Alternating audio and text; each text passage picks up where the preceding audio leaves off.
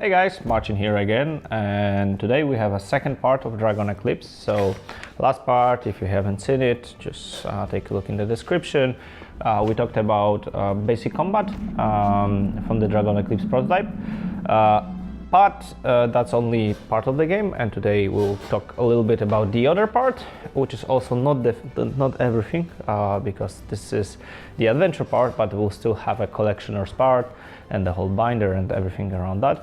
But yeah, today we'll focus on the kind of adventure part, and I will show you like a little bit of the intro first mission. We'll jump right in the middle. One thing to note, which is super important, and please keep it in mind, this is a prototype of a prototype, so it's not even a final prototype, but we want you guys to we want to show you guys as soon as possible what we have, to hear your thoughts, your feedback, and basically go back and forth and perhaps even make the game even better. Super excited about this one because we are trying a lot of new things, a lot of new fresh ideas in here.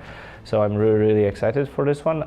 So yeah, we'll go through in a second. Just to kind of like quick reminder, Dragon Eclipse will be an adventure game for 1 to 2 players with a huge solo focus or 2 players, and this makes us possible to make it much more like the scope makes it possible to make it quite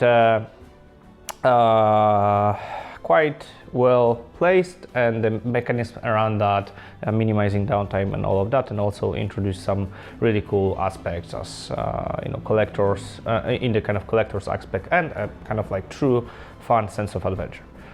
So yeah, so quick intro, and now we dive into the mechanics. Okay, so quick intro, because we'll jump into kind of like a middle of the scenario so that you guys will know whatever happened. I'll just give you a quick intro. So we're starting in a village in the world of Dragon Eclipse, and we are a tamer, so a person who helps tame the creatures and to kind of help them work with the village, because this is kind of like an important part. So this village is kind of like coexisting with all those creatures and kind of using their powers to, for example, power the windmills. So here you can see that we have this image of the village, and you can see a lot of windmills, and there is one creature, Windraiser, who's helping to raise the wind so that the whole village is powered through, and there's like also a lot of other creatures. So it is a setting where there will be some so in the settings there will be obviously like a huge place for all those magical creatures in here, but there's also will be some a little bit complex relations between them and the people, and how they kind of affect the economy and kind of the whole existing world. But in our world there was some earthquake happening, and we don't know what happened. There was like a big earthquake, and as a result, one of the creatures, Windraiser, which is one of the most important creatures here, went a little bit mad and started to use his powers aggressively. And we, as a tamer, go in. We helped settle down the Windraiser, and now we're kind of jumping back to a story to try to find out what happened, like what was the earthquake, and what are the damages around the village, and basically just try to investigate and get the information basically that will help us identify the potential danger and to kind of close it down. So this is the very first intro of it. So as you can see, our kind of exploration phase is made of a few elements. So first of all, we got our map, which basically shows us all the possible places that we can go and visit. And the maps will be in a different perspective from the different parts. Also, art is work in progress, it will be a bit better and things like that, so don't worry. And one important thing, that there will be a lot of different maps, and there will be no kind of save games on the maps happening. So the only place that we'll be doing will be just placing tokens here just to mark whenever we do something on the world, but then when we go to the combat, we're basically taking the map out, we're playing out combat, and then there will be another map or another part of the story. So that's the first component. The second component is the script book, which again will kind of be divided by scenarios, and it will basically be telling us what to do, where to go, what are the consequences of our action. Just basically, this is our base adventure. Obviously, I will have my creature in here. I have right now Emberling, but I will have in future more different creatures with me, up to 3. And then basically, depending on the scenario, I might choose different creatures. I have some items that I can get from the adventure deck, and I have some gold, free gold coins. So those are actually silver coins. And I also have an adventure deck, and I'll kind of talk a little bit. This is kind of like the basic of our exploration. It is double use because one use we'll use it to do some tests, and the other use is to actually get some items. As you can see, every item, every card here have some item on the back of it, and there are also some secrets that are basically pushing. Those are kind of like a story connected things. So without, this is basically the adventure setup. What we are going for is to make it easy, fun, to experience the story without too much fiddliness and everything, just to have a great story, then go back to combat, do the combat, then come back and kind of continue to enjoying the story. So that's the idea of kind of like have a cool exploration sense and have a great story. So right now we'll just quickly go through a quick scenario. So as we said, there was an earthquake, we need to investigate, and we can see that here there's a windmill that is damaged, and we'll start here. And I'll just go here, I'll read the script 3. So, you cringe when you hear the scrapping sound coming from the cogwheels that tremble visibly as they slowly spin. You inspect the machine and wonder where the engineers responsible for the area is. Maybe there are other places you need their help. Assumptions aside, this place needs maintenance. You've learned something about the technology in your life and you think you can give it a go. So we can choose one. We can either try to repair machine or leave. So let's try to repair the machine and go to script 69. The script 69 is here. Okay, so if you have a specialist toolbox, you may discard it during the check to add or subtract 1 from your check value. We don't have it, so okay, we'll need to do it on our own. Now perform the test and check the results below. So now the quick check mechanism. So as you can see, I have like a different results in here. 5 or less, I get a time token, so I discard 1 card. So basically time moves in the scenario, and as the time moves there will be like different events happening, usually in negative, so you don't want the time to move. Or I can just go to the script, or I can get 1 silver coin and go to the script. So this is the 7 is the best result, or 8 or more, I spent the time but nothing happened, I failed. So if I get to, and also one important point is here. So for each pair of kind of like eclipses, this is a symbol basically that is on those cards, I get the 1 wound on my Emberling or the creature of my choosing. So the way the way the expression works is pretty simple. It's like basically a blackjack. So I have my adventure deck, I'm drawing from the bottom of my deck and I'm looking at the number. So this is 1 and I'm just trying to get to the best result in here. So 1 is obviously 2 more, so I can continue to draw as much as I want, but obviously there is this kind of push your luck factor. Okay, so now it's 3, so I have combine of 4 and I have 1 eclipse symbol, meaning that I can get a wound.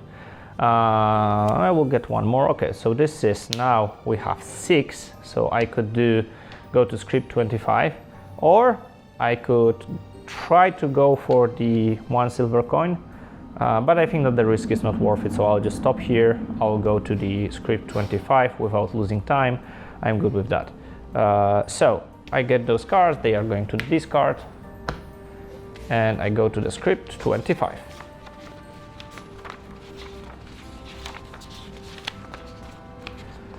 And the 25 script is telling me, When you finish leveling and adjusting some shafts and gears, you hear a surprise shout. Stop! You may damage it! When you turn around, you see a woman in overalls, a toolbox in her hands. She recognizes you and signs in relief. Oh, hello, Tamer. I thought you were an overly eagerly citizens. Thanks for your help here. Let me see. She pushes past you and examines your work. She nods satisfied. Great job. Sorry you must have taken care of it. I panicked when the quake struck and ran to see if my family was safe. Fortunately, nothing happened. Thanks again. I have much more work to do. There are lots of tiny damages all around which can eventually lead to a full-scale malfunction. Place marker in slot 1. Okay, so we completed it. It's now fixed. The machine is working well now. Great. Gain secret card 0.05. So we got a secret. That's nice. Local hero. Okay, that sounds good. You've helped the local community. It will be remembered. Okay, so I have now a secret that tells me, and those secrets can be later revisited in some of the scenarios. If, for example, I will have this one, maybe some other people will be kind of more inclined to help me. Okay, the time is passing. So when the time is passing, I'm taking my adventure deck and I'm taking one card off the top and discarding it, and then it goes to the, if there's the secret cards above, we're just kind of reading it. Okay, so we got our secret cards. So this means that whenever we go into the secret card, so basically just to kind of remind you, those cards serves as time. So whenever time passes, we discard the top card of the deck, our adventure deck, and then if we see secret, we read it right away. So we have a secret, let's read it. An hour passed, and the Rangers should be back in the city. You agreed to meet them in a shaded tavern. Place a marker in slot 2. Okay, so we have in here. Place secret 14 under the top 2 cards of adventure deck. Okay, cool. So now, as you can see, so this goes into the deck there, and we have a secret card 14. So the next event will happen in basically 2 time slots. So we're getting 2 of those and putting it in here. Okay, and now, okay, so the time has passed, we resolved that. We are gaining 1 item, so we'll just take 1 card from the bottom. Power source. During check, you can discard all your drawn cards with, oh, actually this is useful during the exploration. So I can discard Eclipse's cards during the, so I can modify my exploration skill, my exploration checks in here. So as you can see, there will be like some mechanisms going back and forth in here. And the script ends. Okay, so now the next scripts for me to actually see is go to the inn and to kind of meet with those guys. Normally, you know, I could go whenever I want to, but for the sake of this presentation, let's just follow the obvious kind of path. So we're going to the script 12. When you enter the tavern, you are always amazed by the wafts of cool breeze there. The innkeeper places some fans on the ceilings and cleverly connected them to stoves in the kitchen. You approach the bar, feeling the patron's gaze on your back, but their whispered comments stroke your ego. They know that Windraiser and machines are safe because of you. Oh, well, we saved the city after all, eh? Choose one. Take a rest, heal 2, or discard 1 fatigue, and use the time card. Speak with the people and accept their thanks. Go to the script 15. Okay. Speak with the Rangers. Requires a marker in slot A, so we have, or slot 2. So we could either do this slot or this slot, so we can speak with the Rangers now. Return the extract to all-in, request secret card 02, we don't have it, or leave the turn. So we will just speak with the Rangers and go to the script 18. If there is a market slot 2, go to the script 19. If there's marker in slot A, go to this. So there's like, you know, depending on what we do, how did we get in here, there would be like a different results. It's all within a slot. So there is not that much of fiddliness in terms of kind of recording things, because after we'll finish this kind of scenario, we'll just, you know, take off the map with all the markers and there's no stickers, no nothing. So we go to script 19 because we have a slot 2. Okay, so Finally, you're here. We've seen a rather large flock of golems wandering around the city, around a dozen of them, I would say. You know, they can cause a small tremors. So maybe such a large group could cause a big one, but it's your field of work, not ours, Tamer. You may start looking by the glade with the tall bridge. You think about it briefly. Golems are rather peaceful creatures. They can fight, but mainly in self-defense. You must investigate this, however. When you finish your errands in the city, you should head towards the city gate. Discard a marker slot from slot 2. So we're discarding this marker in here. Place a marker in slot A. Okay, so we have some new information. The time is moving off.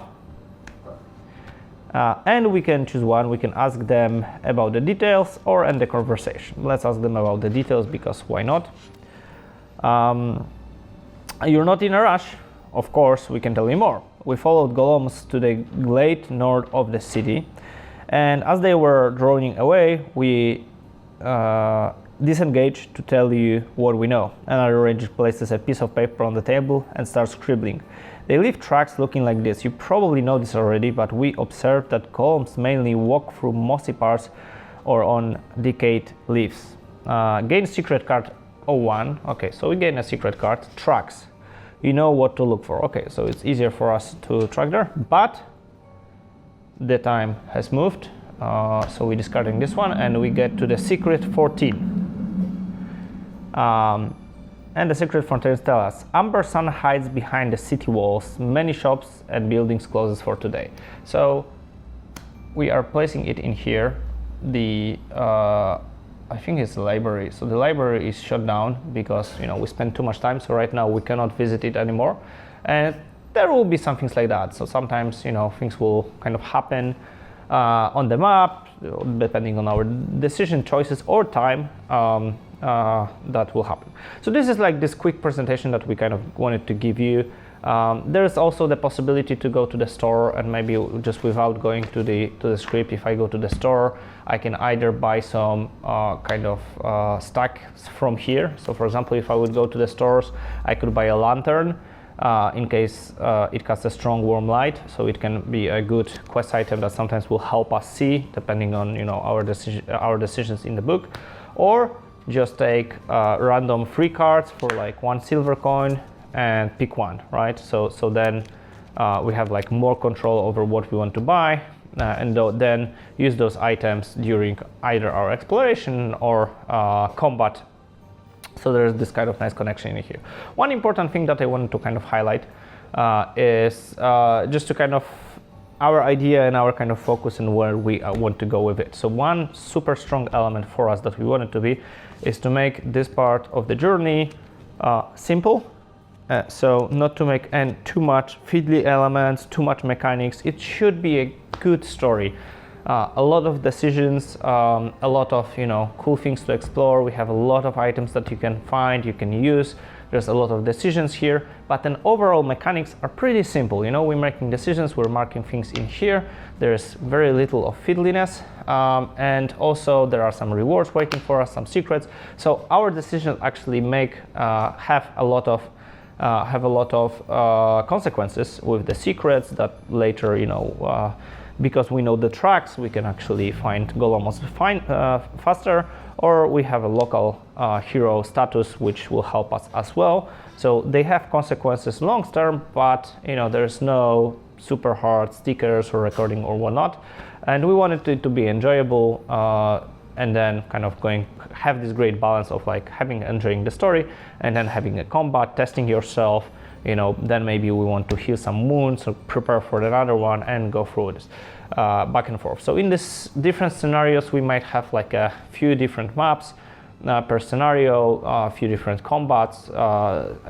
Generally the time for a scenario we're aiming for like from 1 to 2 hours. That's per one scenario. And there will be multiple different paths, so they will be also fully replayable. As you can see, I didn't come in here. Maybe another take I would go there. Also, there will be different interactions depending on what we have in here, what kind of creature we have. So there's like a lot of fun in here. So this is the kind of adventure part. Again, work in progress. Please keep that in mind. I know that I'm saying that, but it is really a work in progress. It will be much better. Design, writing, you know, everything will be corrected and kind of done. But we wanted to show you as soon as possible, and super happy to super interesting to hear your feedback. It was great to hear your ideas on the combat part of the game, and we will be able to introduce some of the ideas to the game for sure. And now, you know, on the adventure part, let us know what you guys think. Super happy to read all the comments, and also obviously we'll have another vote in the update. So yeah, let us know, and we should have one more update with all the kind of rest part of the game, meaning the collections catching and other things like that. Either way, super excited about Dragon Eclipse. Hope you guys are as well. So thank you very much for watching today, and see you soon. Bye.